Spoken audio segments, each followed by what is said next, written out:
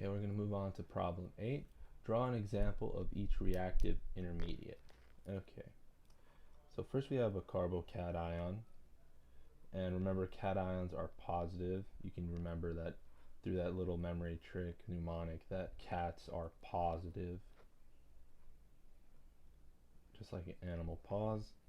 So we can say a carbocation is any carbon with a positive charge, and usually in that state it has 3 bonds. A good thing to know about these are their stabilities. This will help out with a ton of the other problems.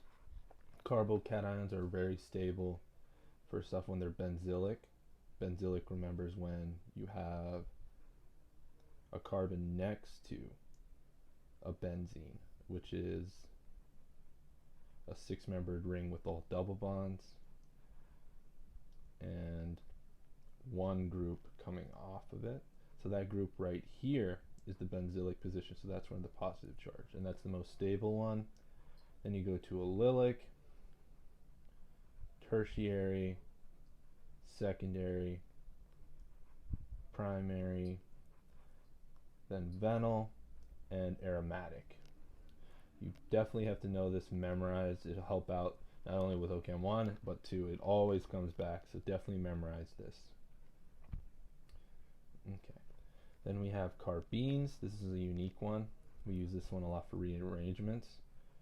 Here is a carbon with a lone pair and 2 bonds. And actually in this state, it's actually still neutral, which is really cool. And it can do some interesting rearrangements. So like if we had a very common one is you have that carbon right up here with those lone pairs, and then you have 2 groups off of it. What will happen is this lone pair will become a double bond, and now you have a positive charge up here, and that'll make room for this to move up there in a rearrangement. And now you'll end up with a triple bond with 2 groups coming off of it. And that's really important for mechanisms later. You'll definitely be seeing that sooner or later. Then we have carb anions. Carbon ions are the opposite of cation ions. They're negative, so they're the same thing but with a negative charge. So we have a carbon negatively charged, and when carbon is negatively charged, it usually has 3 bonds. Knowing the stability of this can also be helpful.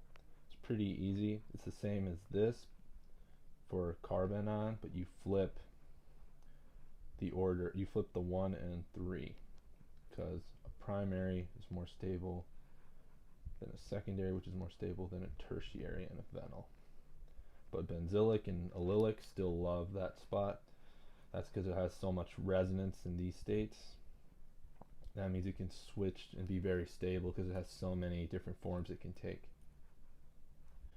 Then we have radical anion. Radicals are those lone electrons that are very reactive. So that's just the triple bonded with a negative, and we use those for, of course, our free radical halogenation steps.